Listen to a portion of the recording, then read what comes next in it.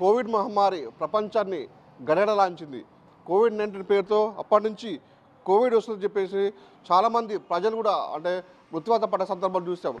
అయితే కోవిడ్ బారిన పడిన వారు అంటే తమ ప్రాణాలు దక్కించుకోవడానికి సంబంధించినటువంటి మహబూబాబాద్ నుంచి వరంగల్ నుంచి హైదరాబాద్ తమ ప్రాణాలు దక్కించుకోవడానికి వీలైనది. ముఖ్యంగా ఈ కోవిడ్ సోకిన నేపథ్యంలో వారికి సరైన ఆక్సిజన్ అందాలని చెప్పేసి ఆక్సిజన్ కూడా అందుబాటులో లేదని చెప్పేసి గతంలో ఉన్నటువంటి ప్రభుత్వాలు కూడా ఇటు కేంద్ర ప్రభుత్వం నుంచి పీఎం కేర్స్ నుంచి మొత్తం మొబైల్లో ఒక ఆక్సిజన్ ప్లాంట్ నెలకొల్పారు. ఎందుకంటే కోవిడ్ మహమ్మారి సోకిన నేపథ్యంలో వాళ్ళకి ఆక్సిజన్ అందాలి, ఆక్సిజన్ అందితే వాళ్ళ ప్రాణం నుంచి బతికి బయటపడతారని చెప్పేసి ఇక్కడ ఉన్నపలంగా కోవిడ్-19 నేపథ్యంలో ఉన్నపలంగా కూడా ఉన్నటువంటి కేంద్ర ప్రభుత్వం పీఎం కేర్స్ నుంచి ఇక్కడ కొన్ని నిధులు మొత్తం వెచ్చించి ఇక్కడ ఆక్సిజన్ ప్లాంట్ నెలకొల్పారు. ఈ నెలకొల్పిన నేపథ్యంలో ఇవి అప్పటి నుంచి ఇప్పటి వరకు ఒక 3 నెలలు 4 నెలలు ఒక 6 నెలల వరకు పనిచేసిన నేపథ్యంలో ఇప్పుడు ఉన్న పరిస్థితుల్లో మాత్రం ఇది మూలపడిన సందర్భాలు ఎన్నో లక్షలు పెట్టి కోట్లు పెట్టి వెచ్చించినటువంటి పరికరాలు పనిముట్లు కూడా తుప్పుపట్టిపోయి ఎందుకు పనికిరాకుండా పోతున్నాయి.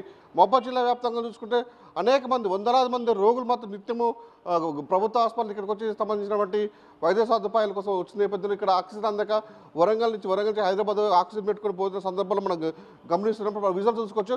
ఆక్సిజన్ ప్లాంట్ ఉన్న ప్రస్తుతం మనం ఇక్కడ ఉన్నటువంటి పరికరాలకు తుప్పపట్టి కూడా ఎందుకు పనికిరాకుండా కూడా లక్షలాది రూపాయలు కూడా నిధులు మొత్తం దుర్వినియోగం అయిపోయింది. ఏదో అలంకారప్రాయంగా మాత్రం ఇక్కడ పెట్టుకొని ఉన్నటువంటి సందర్భాలు మనం చూస్తున్నాం. ఇక్కడి నుంచి సంబంధించినటువంటి రోగులు కూడా తమ ప్రాణాలను అరచేతులు పెట్టుకొని సంబంధించిన వరంగల్ కానీ హైదరాబాద్ కానీ మెరుగైన వైద్య చికిత్స కోసం ఆక్సిజన్ కొని వెళ్తున్న పరిస్థితి చూసినాం. మరి ఎందుకు సంకలనం పిల్లలు పెట్టుకొని చాప ఏడ్చినంత చందంగా ఉంది మహబూబాబాద్ ఉన్నటువంటి అధికారుల దుస్థితి. అయితే ఎందుకు అధికారులు పట్టించుకోవట్లేదని చెప్పేసి అడుగుతాడు. వీరికి నిధులు లేవు, సంబంధించినటువంటి ఇన్స్ట్రక్షన్ దీనికి ఒక అధికారం ఉండాలి, వీరికి సంబంధించినటువంటి ఏర్పాటు చేసేదానికి ఒక వ్యక్తి ఉండాలని చెప్పేసి కూడా చెప్తున్నారు. అయితే ఇదే నేపథ్యంలో కూడా కోవిడ్ నేపథ్యంలో ఉన్నటువంటి కోవిడ్ పేషెంట్లకి వాళ్ళ ప్రాణాలు రక్షించడం కొరకు ప్రైవేట్ ఏజెన్సీలను ఆశ్రయించారు. ఆ ప్రైవేట్ ఏజెన్సీలు కూడా గత కోవిడ్-19 అంటే 19వ సంవత్సరం నుంచి సుమారు 24 సంవత్సరం గడుస్తున్నా కూడా కనీసం వాళ్ళకి ఇప్పటివరకు వాళ్ళకి ఆక్సిజన్ అందించిన డబ్బులు ఏవైతుందో 70 లక్షల వరకు కూడా బిల్లులు రాక వాళ్ళు అంటే మేము వాళ్ళు బాధపడుతున్న సందర్భాలు ఉన్నాయి.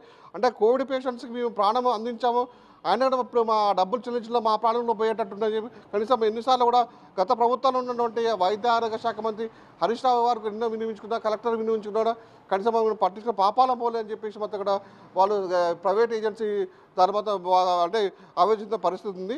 అయితే ప్రస్తుతానికి మనతో మాట్లాడడానికి ఇక్కడ ఉన్నటువంటి స్థానికులు ఉన్నారు. వాళ్ళని అయితే అడిగేసుకునే ప్రయత్నం చేద్దాం. అసలు ఎందుకు మరి ఈ విధంగా ఉన్నటువంటి ఆక్సిజన్ ప్లాంట్ ఎందుకు నిరుపయోగంగా ఉంది, మరి అధికారులు పట్టించుకోవట్లేరా ఏంటి, దీనిపై వాళ్ళు అడిగే ప్రయత్నం చేద్దాం. అన్న మీరు చెప్పండి, ఉన్న పరిస్థితుల్లో మన ఆక్సిజన్ ప్లాంట్ అనేది నిరుపయోగంగా ఉంది, అలంకారప్రాయంగా మాత్రం ఉంది. చాలామంది ప్రజలు ఆసుపత్రికి వస్తున్న నేపథ్యంలో వాళ్ళకి ఆక్సిజన్ అందుక ఇక్కడి నుంచి వరంగల్ హైదరాబాద్ పోయి తమ ప్రాణాలు పోగొట్టే పరిస్థితి ఉంది. ఎందుకు మరి నిరసన చేస్తున్నారు ఇక్కడ అధికారులు?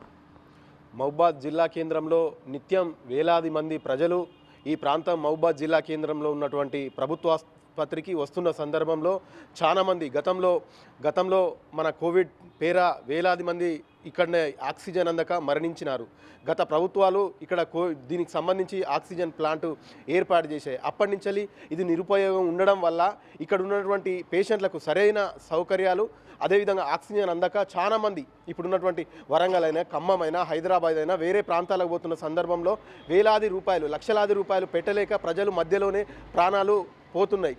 దీన్ని ఇక్కడ ఉన్నటువంటి ఏదో నిరుపయోగంగా ఉన్నటువంటి ఇది ఆక్సిజన్ ప్లాంట్ దీన్ని అభివృద్ధిలోకి తీసుకొస్తే, దీని వినియోగంలోకి తీసుకొస్తే వేలాది మంది ఇక్కడ మహబూబాబాద్ జిల్లా కేంద్రంలో కానీ చుట్టుపక్కల ఉన్నటువంటి అన్ని వర్గాల ప్రజలు ఇక్కడికి వస్తున్న సందర్భంలో వాళ్ళకి మరి డబ్బులు ఆదా అయితే ఈ ప్రాంతం గిరిజన ప్రాంతం వేలాది మంది గిరిజనులు వస్తున్నారు. అన్ని వర్గాల ప్రజలు కూడా ఇప్పుడు ప్రభుత్వ ఆసుపత్రిలో కార్పొరేటీకరణ ఎక్కువ డబ్బులు వసూలు చేస్తున్న సందర్భంలో ప్రభుత్వ ఆసుపత్రికి వస్తున్న వేళ ఇక్కడ ఉన్నటువంటిది ఏదైతే ఉందో ఆక్సిజన్ ప్లాంట్ మనం ఇక్కడ చూస్తున్నాం. ఈ ఆక్సిజన్ ప్లాంట్ పూర్తిగా ఇక్కడ ఉపయోగంలో లేదు. దీన్ని వెంటనే గతంలో ఉన్న పాలకులు ఏం చేసిందో కానీ వాళ్ళు కూడా దాన్ని ఉపయోగంలోకి తేవలో గతంలో ఉన్న వైద్య ఆరోగ్య మంత్రి అయిన హరీష్ రావు కానీ గతంలో ఉన్న ఈ జిల్లా కేంద్రమైనా కూడా దీన్ని పట్టించుకునేటోళ్ళు లేరు. వెంటనే అభివృద్ధి చేయాలని కోరుతున్నాం. ముఖ్యంగా ఈ మధ్యకాలంలో మరి గతం నుంచి ప్రభుత్వం మారింది. ఇప్పుడున్నటువంటి మంత్రి దామోదర రాజనరసింహ ఆయన ఇక్కడ ఉన్నటువంటి 3 కలెక్టర్లు ఉన్నారు, ఆర్డీఓ ఉన్నారు, జిల్లా యంత్రాంగం అంతా ఇక్కడనే ఉన్నది. ఇప్పటికైనా అధికారులు దీని మీద దృష్టి పెట్టి